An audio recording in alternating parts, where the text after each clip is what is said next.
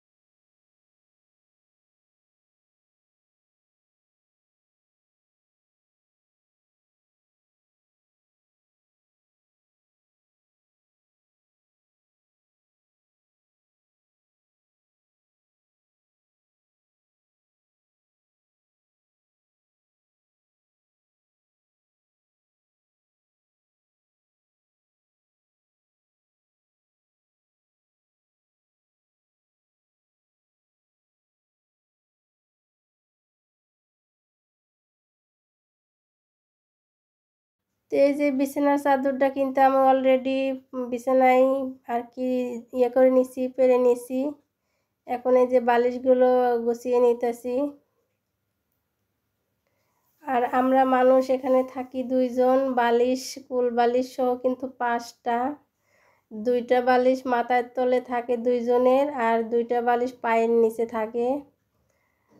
আর ওই যে কুল বালিশটা দেখতে পাচ্ছেন, মাঝে মধ্যে যদি ঝগড়া হয় তাহলে মাঝখানে থাকে।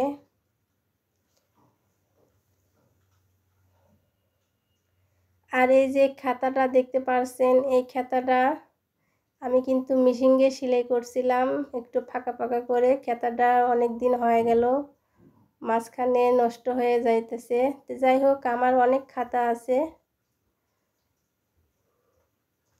আর এখন খাতা বেশি লাগে না। এখন আমি এই চাদরগুলো সার্ফ এক্সেল দিয়ে ভিজে রাখবো, ভিজে ধুয়ে তারপরে আমি এই যে ঘরটা পরিষ্কার করে ঝাড়ু দিয়ে নিব। তো ঘরটা কিন্তু আমি অনেক সময় ধরে অফ ক্যামেরায় ঘরটা অনেক সুন্দর করে পরিষ্কার করে নিছি। এখন এই যে ওয়ার্ডরোবের সাইডে একটা টি টেবিল আছে, এই টেবিলটা একটু গুছিয়ে নিব। এখানেই ফ্যানটা থাকে। আর এই যে এই ফুলদানিটা কিন্তু প্লাস্টিকের। আমি কিন্তু এইটা দেখে কিন্তু ওই ফুলদানিটা আমি নিজেই বানিয়েছি, আর এই ফুল ওই ফুলের মধ্যে রাখছি। তো আমার একটু ফুল কিনতে হবে আর্টিফিশিয়াল। এই যে বিশেষ করে এই ফ্যানটাই কিন্তু সমস্যা, নতুন ফ্যান, মানে কিসের জন্য ঘোরে না আমি জানি না। এমনি ফ্যানের চার্জ উঠে সব হয় কিন্তু ফ্যানটা ঘুরে না। আর এই যে কর্নারে ফুলদানিটা কিন্তু আমি সিমেন্ট দিয়ে বানিয়েছি। তো ফুলদানিটা কিন্তু রং করা লাগবে।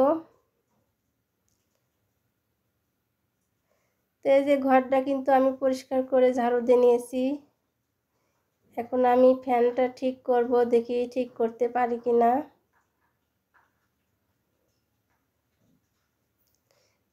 তো ফ্যানটা কিন্তু আমি অবশেষে ঠিক করতে পেরেছি। ফ্যান আস্তে আস্তে আমি এই যে সব খুলে ফেলছি, পরিষ্কার করে নিছি। নিয়ে তারপরে দেখি ফ্যানের ভিতরে অনেকগুলো চুল, মানে কি বলবো, আটকে গেছে। এই যে যেটা ঘুরে ওর ভিতরে কিন্তু অনেকগুলো বড় বড় চুল, মানে আটকে যাওয়াতেই মনে হয় ফ্যানটা মানে ঘোরে নাই। তারপরে আমি পরিষ্কার করে নিয়ে চার্জে লাগিয়ে যে ফ্যান সুইচ দিছি, অনেক সুন্দর মতো ঘোরা শুরু করছে। তে আমি ভাবলাম যে বাবা, আমি তো ফ্যানটা ঠিক করলাম, এখন তো হাজব্যান্ডের কাছ থেকে আমার এই যে ফ্যানের যে মজুরিটা এটা তো লওয়া লাগবো। তো হাজব্যান্ডকে বললাম যে আমি ফ্যান ঠিক করে নিয়ে আসবো, টাকা দাও। তো তারপরে কিন্তু আমি এই যে ফ্যান ঠিক করার জন্য টাকা নিছি। ফ্যানটা তো ঠিক আমিই করছি।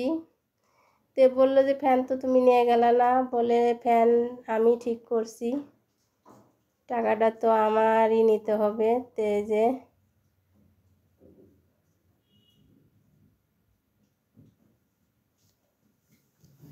ফ্যানটা অনেক ময়লা হয়েছিল।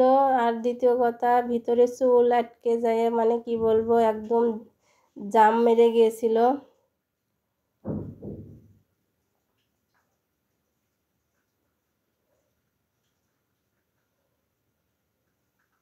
আপনারাও চাইলে আমার মতো এরকম টুকিটাকি কাজ কিন্তু আগে নিজেরা বাসায় ট্রাই করবেন, তারপরে মেকারের কাজ নেবেন। আর মেকারের কাছে যে কোনো জিনিস নিলেই কিন্তু অনেক টাকা মজুরি চায় ওরা। আর বিশেষ করে ডাক্তারের কাছে কিন্তু আমি সহজে যাই না। যখন দেখলাম যে না আর চলে না, তখন ডাক্তারের কাছে যাই। তার কারণ ডাক্তারের কাছে গেলে পারে যদি আমার 100 টাকার ওষুধ লাগে, ও 500 টাকার ওষুধ লিখবো, বেশি করে ওষুধ দিয়ে দিব। দেখবেন যে অসুখ ভালো হয়ে যাবে, ওষুধগুলো লাস্টে অর্ধেক ফেলে দেওয়া লাগে।